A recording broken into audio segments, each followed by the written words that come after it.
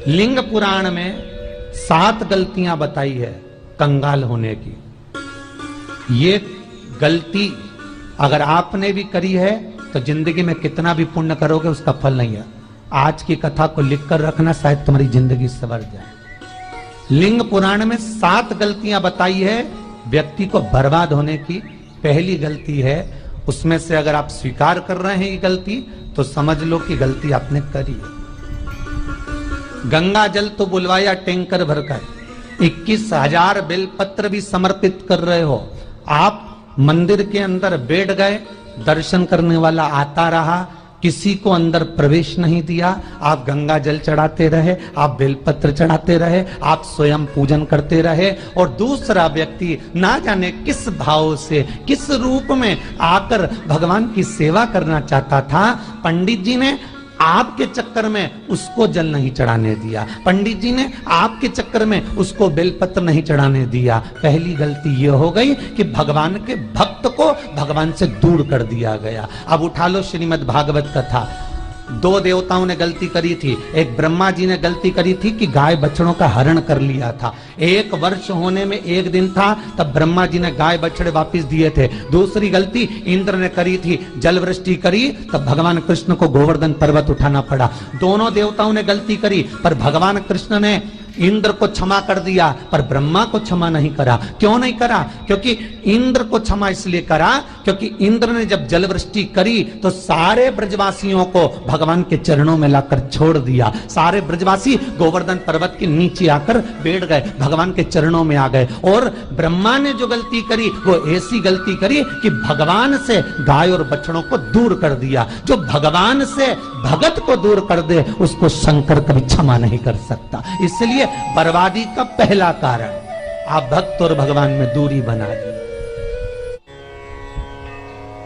दूसरा कारण, भगवान की जब पूजन कर रहे हो, 21,000 बेलपत्र चढ़ा रहे हो, गंगा का जल चढ़ा रहे हो, चंदन चढ़ा रहे हो, अबीर चढ़ा रहे हो, गुलाल चढ़ा रहे हो, तो तुम्हारे भीतर ये अहंकार, जब तुम पूजन करके उठो तो उठते समय तुम्हारे भीतर अभिमान नहीं होना चाहिए कि मैंने जो अनुष्ठान करा उसके बराबर कोई नहीं कर सकता।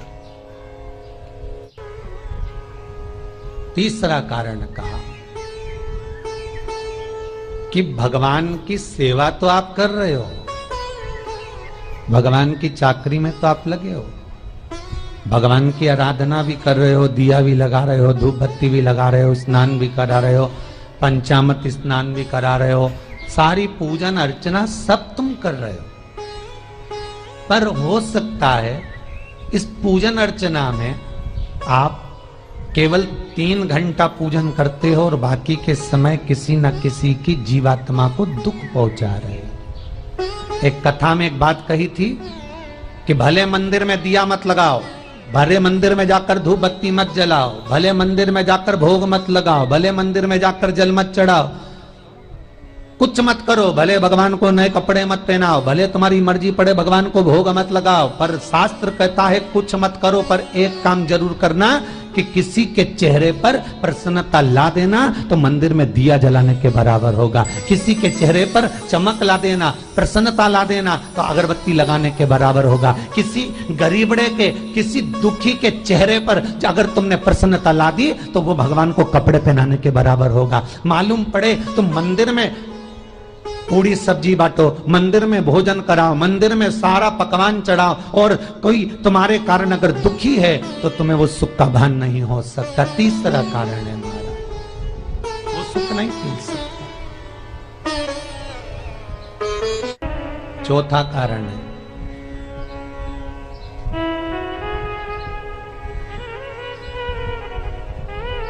महाराज,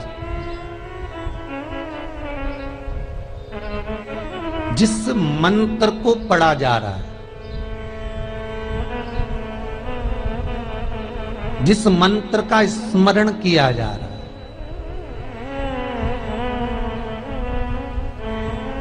जिस भगवान की माला को हम जप रहे हैं, हम पाठ कर रहे हैं, उसमें त्रुटि उठा लीजिए। दुर्गा सप्तशती, दुर्गा सप्तशती का हिंदी अनुवाद में एक थोड़ा सा दृष्टांत दिया है, आपको मालूम होगा।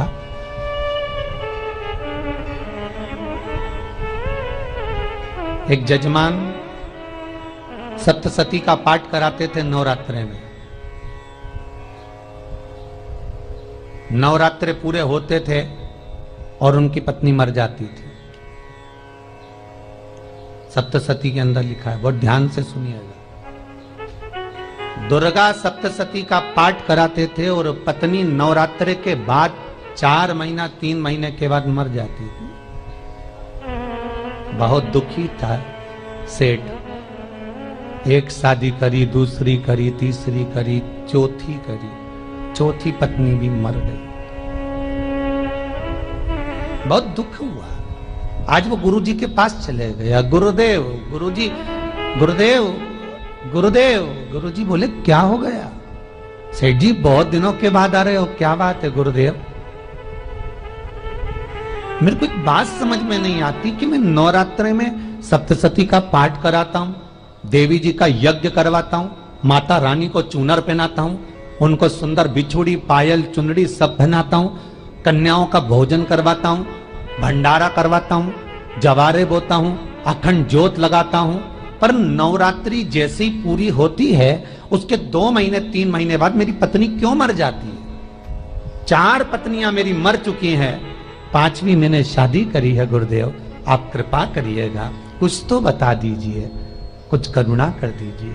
गुरुजी बोले जब तू सब कुछ अच्छा कर रहा है, जोत भी जला रहा है, कन्या भोज भी करा रहा है, चुनड़ी भी चढ़ा रहा है, भंडारा भी कर रहा है, जोत भी लगा रहा है, जवारे भी बो रहा है, माता रानी की सेवा भी कर रहा है, अखंड रात्रि व्रत कर रहा है, सब कुछ तूने करा, यज्ञ भी करा, फिर तेरी पत्नी क्यों मर सकती है? ऐसा हो ही नहीं सकता। नहीं गुरुदेव, मेरी 5वीं शादी है गुरुदेव, अब की बार आप कृपा करिए। गुरुजी ने कहा तेरे पंडित जी को अनुष्ठान पर बुला, मैं कमरे में बैठकर सुनूंगा सप्तशती का पाठ, तब मैं ध्यान करूंगा। गुरुजी अंदर के कमरे में जाकर बैठ गए, ब्राह्मण पाठ करना प्रारंभ करा और ब्राह्मण ने पाठ करना प्रारंभ करा। उसमें एक शब्द आ गया, भारयन्तु भक्षन्तु, भारयन्तु भक्षन्तु। उसमें बोलना था भय पीड़ा को, हे जगत जननी तू भक्षण कर जा, पर ब्राह्मण बोलता था भार्यन्तु भक्षन्तु, मेरी पत्नी को, मेरी भार्या को तू भक्षण कर दे। पंडित जी जैसे ही बोले गुरुजी बाहर निकल कर आ गए। पंडित जी को रोका, रुकिए गुरुदेव, आप हर साल अनुष्ठान कर रहे हो जजमान के यहाँ और बोल देते हो भारयन्तु भक्षन्तु, हे देवी तू मेरी पत्नी को खा जा, तो माँ हर बार उस पत्नी को निगल जाती है। निवेदन है, शब्द सुधार लीजिए, शब्द ठीक है। चौथा कारण है कि आप जो पाठ कर रहे हो, आप जो पूजन कर रहे हो, आप जो अनुष्ठान कर रहे हो, उसमें कुछ ना कुछ गलती जरूर हो रही है। ये चौथा कारण है।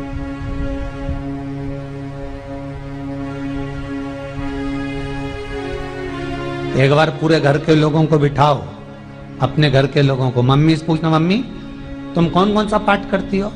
एक बार मम्मी से पूछना, फिर एक बार पापा से पूछना, पापा आप कौन कौन सा पाठ करते हैं सुबह? फिर बहू से पूछना, भाभी आप कौन कौन सा पाठ करती हो? फिर छोटी दुल्हन से पूछना, छोटी दुल्हन तुम कौन कौन सा पाठ करती हो? भैया आप कौन कौन सा पाठ करते हो? आप कौन कौन सा पाठ करते हो? पूछना। जब घर के अंदर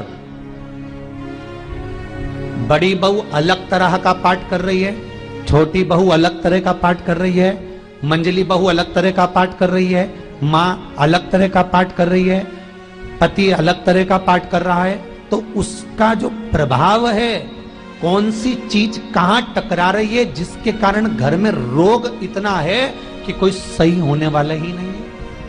अब तुम कहो कि सीवर वाले गुरुजी ने उपाय बताया, हमने बहुत करा, पर सही क्यों? तो सही क्यों नहीं हो रहा है? उसका कारण है या तो बड़ी बहू जो पाठ कर रही, या सास जो पाठ कर रही, या पति जो पाठ कर रहा है, नाते जो भी उस घर के अंदर रहकर जो पाठ अर्चना कर रहा है, उसमें जरूर कुछ ना कुछ ऐसा हो रहा है जिसके कारण वो काम नहीं कर पा रहे। उसमें कुछ ना कुछ गलती हो रही है जिसको तुम समझ नहीं पा रहे, जिसको तुम अपने आप को बहुत विचार करते हो कि मेरे बराबर कोई नहीं कर सकता, मैं शंकर की भगत, मैं राम की भगत, मैं कृष्ण की भगत, मैं जो करती हूँ बहुत अच्छा करती हूँ, मैंने जो किया बहुत अच्छा करा। पर हो सकता है उसी कारण आपको दुख झेलना पड़ रहा है,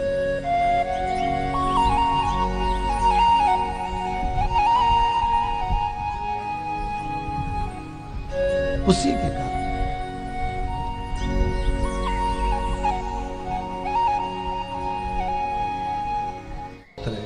महाराज, हमने जो दान किया, हमने जो पुण्य किया, हमने जो सत्कर्म किया, वो किस जगह पर लगा? 5वां सूत्र।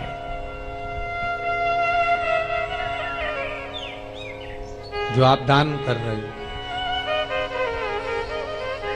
जो आप पुण्य कर रहे हो, सत्कर्म कर रहे हो, वो किस जगह पर लगा? ये 5वां सूत्र। फिर निवेदन करेंगे, गाय, बेटी और लक्ष्मी 50 बार विचार करना, तब किसी को देना। बेटी किसी ऐसे को मत ब्याह देना जो जुआ खेलता हो, मदिरापान करता हो, मांसाहार करता हो, वेश्यावृत्ति करता हो। वो बेटी का सम्मान नहीं करेगा। बेटी रोएगी तो कन्यादान करने वाले को रोना पड़ेगा। दूसरे नंबर पर गौ माता। गाय ऐसे ब्राह्मण को दान मत देना कि ब्राह्मण के घर में खुद रहने की जगह नहीं और गाय को ले जाकर तुमने दे दिया और उस ब्राह्मण ने जब तक दूध दिया बांध कर रखा, एक तगाड़ी बाल्टी साड़ी के चक्कर में ले लिया, सोने के सींग के चक्कर में ले लिया और बाद में वही गाय कसाई के हाथ में बिक गई और कसाई ने काटा तो बद्दुआ तुमको लगी। बेटी, गाय और लक्ष्मी, पैसा भी किसी ऐसे भिखारी के कटोरे में मत दान देना कि जिसने ले जाकर मदिरापान में लगा दिया, जुए में लगा दिया, वेश्यावृत्ति में लगा दिया। अगर जिस भिखारी के कटोरे में पैसा दिया उसने शाम को ले जाकर मदिरापान में, जुए में लगा दिया, तो लक्ष्मी रोती है कि तूने मुझे गलत जगह पर दिया है, इसलिए अब तुझे रोना पड़ेगा। तब व्यक्ति को रोना पड़ता है, फिर व्यक्ति रोता है। गाय, बेटी और लक्ष्मी 50 बार विचार करो, क्या सही जगह पर दे रहे हो? और अच्छी जगह पर दोगे तो संपदा भी बढ़ती है, सुख आता है। अगर बेटी सुखी रहेगी तो मायके के लोग सुखी रहेंगे, गौ माता सुखी रहेगी तो संसार सुखी रहेगा। और आपने जो धन दिया, आपने जो पैसा दिया किसी भिखारी के कटोरे में, अगर उसने गलत जगह पर लगाया तो रोना तुमको पड़ेगा। किसी आजकल के भिक्षुकों को अगर रोटी दे दो तो लेते ही नहीं, आटा दो तो नहीं लेते।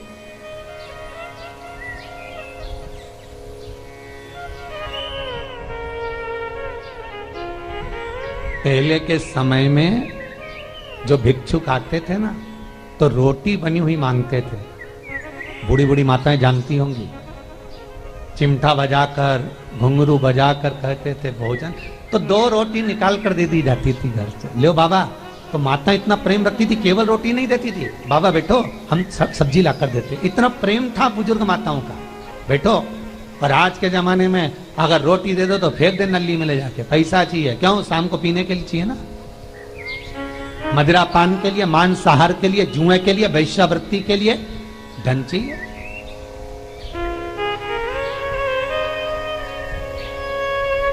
भोपाल के और इंदौर के, इंदौर का राजवाड़ा चौराया और भोपाल का लाल घाटी चौराया, इन दोनों चौराहे पर इतने से बच्चे लोग भीख मांगते हैं और उनकी माताएं और उनके पिता रोड के किनारे पर चिलम लगाते बैठे रहते हैं, पांव लंबे करके पड़े हैं और ये कमा कमा के उनको दे रहे हैं। और धन्य हैं ऐसे लोग जो उनको दान भी दे देते हैं। जिसको जरूरत है उस तक कुछ नहीं पहुंचता। अभी भी 4-6 महीने लॉकडाउन चला, जिसको जरूरत थी एक रोटी की उस तक कुछ नहीं पहुंचा, और जिसके पास में पहले से भरा हुआ था उसने और ले जाके भर लिया। जिसको जरूरत थी उस तक नहीं पहुंचा। अभी ठंड आ रही है, बहुत सारी संस्थाएं कंबल बांटेगी, रेलवे स्टेशन पे लोगों को कम्बल उड़ा रहे हैं, कोई सो रहा है जमीन पर उसको कम्बल उड़ा रहे हैं, बस स्टैंड पे चले गए कोई रोड पे सो रहा है कम्बल उड़ा रहा है, तो इतना बड़ा नाम चलेगा कि उनने कम्बल उड़ाए, कम्बल उड़ाए, कम्बल उड़ाए। और वो कम्बल जिसको उड़ाया वो दूसरे दिन जाकर कपड़े की दुकान पर बेच के आ गया, 200 रुपए लिया है, रात को पीकर फिर सो गया, क्योंकि फिर कहीं कहाँ आएगा, फिर उड़ा के चले जाएगा, क्योंकि इन्होंने तो ये करके रखा है कि नाम कमाना है तो कम्बल उड़ाए जाओ। जिसको जरूरत है वहां तक सामान नहीं पहुंचता भाई, जिसको जरूरत है वहां तक सामग्री नहीं पहुंचती भाई। आपने दिया और उन्होंने ले जाकर बेच दिया, और फिर सोचते हो कि मैंने तो पुण्य करा है। कई लोग कहते हैं मैंने दान करा, मेरे को इतना फल मिलेगा। काहे का दान करा? ऊपर तो जा, यमराज के डंडे पड़ेंगे।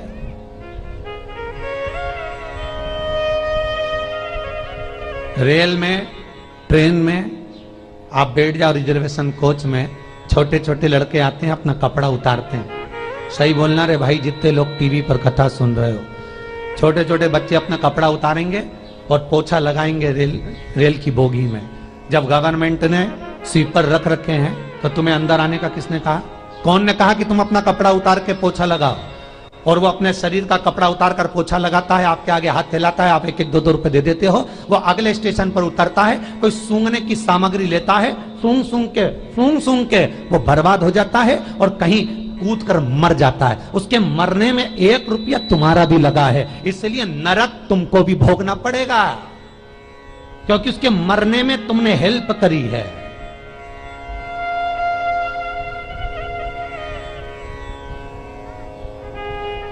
तुमने तो रुपया दिया था भोजन करने के लिए, उसने कोई सूंघने की सामग्री ले ली और सूंघ सूंघ के नशे में मर गया।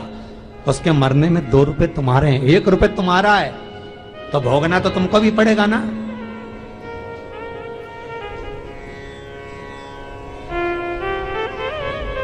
कई अच्छी जगह लगाओ, सत्कर्म की ओर लगाओ, तो सुख का आनंद कुछ और ही होगा, सुख का आनंद कुछ और ही प्राप्त होगा।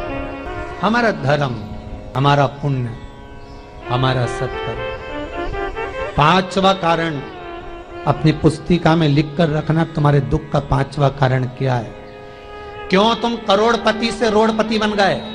तुम्हारे यहां पर 4-4, 5-5 गाड़ी थी, खूब वैभव था, खूब धन था, फैक्ट्रियां चल रही थी, सत्ताएं चल रही थी, खूब सत्ताएं थी, खूब वैभव था, खूब धन था, पर कुछ भी नहीं, सब धरा की धरा रह गए। सारा कोई वैभव बचा ही नहीं। बड़े भावपूर्ण भगत वो कहे, गुरुजी हम बड़े दुखी हैं, बड़े कष्ट में। हमने कहा कष्ट का कारण कुछ ना कुछ जरूर होगा,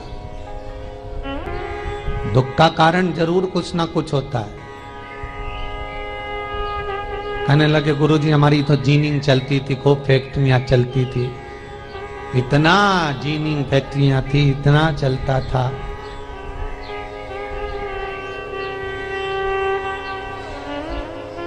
इतनी जीनिंग चलती थी, इतनी फैक्ट्रियां चलती थी, गुरुदेव बहुत दुखी हो गए। हमने कहा दुख का कारण, जो ये 7 कारण है शिव महापुराण के, लिंग पुराण में जो 7 कारण बताए हैं दुख आने के, जब फैक्ट्रियां अच्छी चल रही, जीनिंग अच्छी चल रही, व्यापार अच्छा चल रहा है, तो 7 कारण बताए हैं कि आप उन 7 कारण में से कोई कारण आपके साथ में हुआ है जिसके कारण आप रोड पर आ गए, करोड़पति से रोडपति बन गए। कभी कभी नगर में, गांव में सभी का व्यापार एक साथ समाप्त हो जाता है। कभी कभी गांव में, नगर में सबका व्यापार एक साथ समाप्त हो जाता है, सबका व्यापार एक साथ ही खल्लास हो जाता है, समाप्त, सभी कर्जे में हो जाते। तो समझ लेना कि उस गांव के खेड़े का देव महादेव, उस गांव का खेड़ापति भगवान शंकर, उस गांव का शिव जरूर रुष्ट हुआ है, जरूर रुष्ट। उसको मनाने का प्रयास करो, जिससे अपनी नगर, अपना गांव फिर उन्नति की सीढ़ी पर चढ़ जाए। 5वां कारण मंत्र जाप को, अर्थात तुम्हारा फिर निवेदन, गाय, बेटी और लक्ष्मी 50 बार विचार करना, तब देना, नहीं तो मत दे, मत दीजिए। और महाराज भगवान शिव की कथा का छठा कारण बता, हमारे दुख का कारण छठा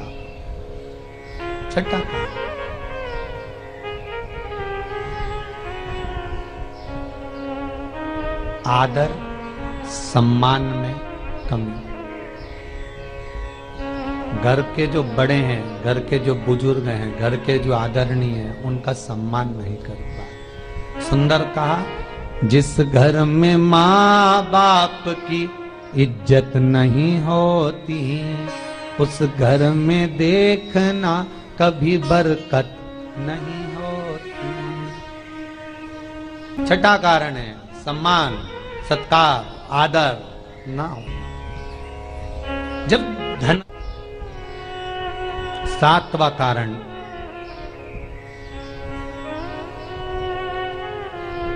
ये अंतिम कारण है। जितने लोग कर्जे में, लदालू में, जितने लोग दुखी हैं, जितने लोग तकलीफ में, आज की कथा को बहुत दिल से सुनना, अपनी गलती को जरूर छांटना। मुझे विश्वास है मेरा भोलेनाथ, आप अगर गलती को स्वीकार कर लोगे तो शंकर वापिस आपको करोड़पति बना देगा, लखपति बना देगा। शंकर आपके भंडार फिर भर देगा। 7 कारण में से अपनी गलती को जरूर छांटना। साहब की आपने गलती कौन सी करी, पर अपनी गलती को छांट ले, यही सबसे बड़ी बात है ना। लोग सुनने के बाद भी नहीं छाटेंगे। नहीं, मैंने तो कुछ करा ही नहीं, मैं तो कुछ कर ही नहीं, बस मैं ही तो है। हरी जगदम्बा, वो मैं ही फंसा है बीच में।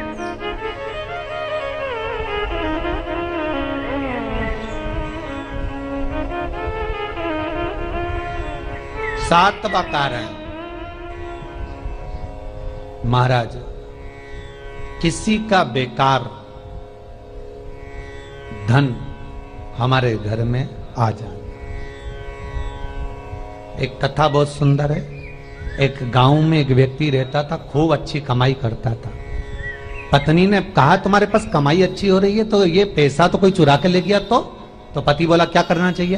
तो एक काम करता हूँ, बाजार से कोड़ियां खरीद लेता हूँ। कोड़ियां जानते हो, वो ऐसे बच्चे लोग खेलते हैं, कोड़ी खरीद लाता हूँ। अब गांव का व्यक्ति रोज कोड़ियां खरीद के लाए। उनके यहाँ बोरे पे बोरे भरा गए, बारदान पर बारदान भरा गए, पूरा कमरा कोड़ियों से भरा गया। एक दिन राजा बीमार पड़ गया।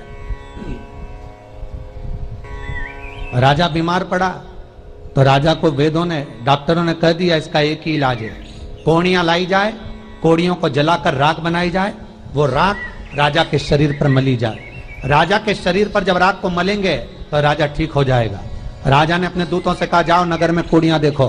राजभवन में देखा तो कोड़ी नहीं थी, बाजार में देखा तो कोड़ी नहीं थी, सारा मार्केट घूम लिया, चारों तरफ के राज्य देख लिया, कोड़ी नहीं मिली। राजा ने दूतों से पूछा, बात क्या है? दूतों ने बाजार वालों से पूछा, भैया कोड़ियां क्यों नहीं है?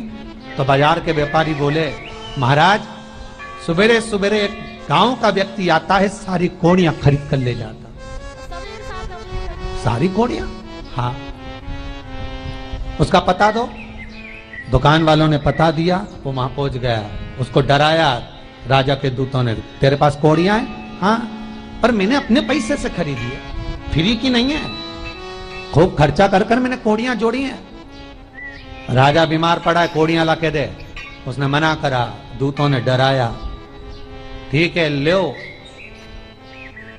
उन्होंने बारदान खोल लिया, झोला खोल लिया, बैग खोल लिया। राजा के दूतों ने बैग खोला। वो गांव का व्यक्ति एक थाली में कोड़ियां लाता, उस पर हाथ फेरता और झोले में डालता जाता, फिर भर कर लाता, फिर हाथ फेरता, फिर झोले में डालता। राजा के दूतों ने कहा, एक बार में पूरा बारदान उठाकर क्यों नहीं दे देता? ये बार बार हाथ क्यों फेर रहा है? वो गांव का व्यक्ति बोला, महाराज मैं कोड़ियों को थाली में भरकर हाथ इसलिए फेर रहा हूं, इन कोड़ियों में से मैं वो एक कोड़ी ढूंढ रहा हूं कि ऐसी कौन सी कोड़ी मेरी इन कोड़ियों में आकर मिल गई जो मेरी इतनी सारी कोड़ियों को लेकर जा रही है।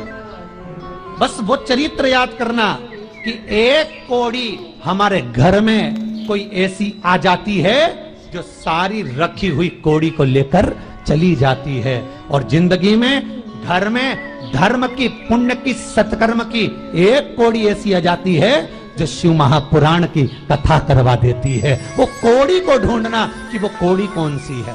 जो अच्छा काम करवा रही है अच्छी कोड़ी आई होगी, सत्कर्म करवा रही है अच्छी कोड़ी आई